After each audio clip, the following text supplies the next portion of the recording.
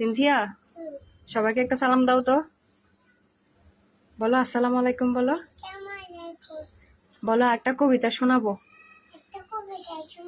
হ্যাঁ, কবিতা কি শোনাও তো। হুম।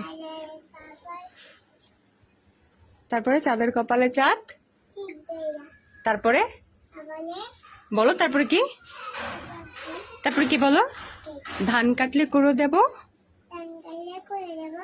তারপরে বলো মাছ কাটলে। মাছ কাটলে কি?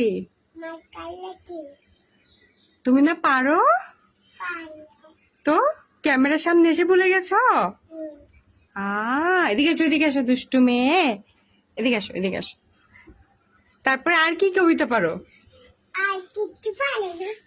আর কিচ্ছু পারো না যে? আহা,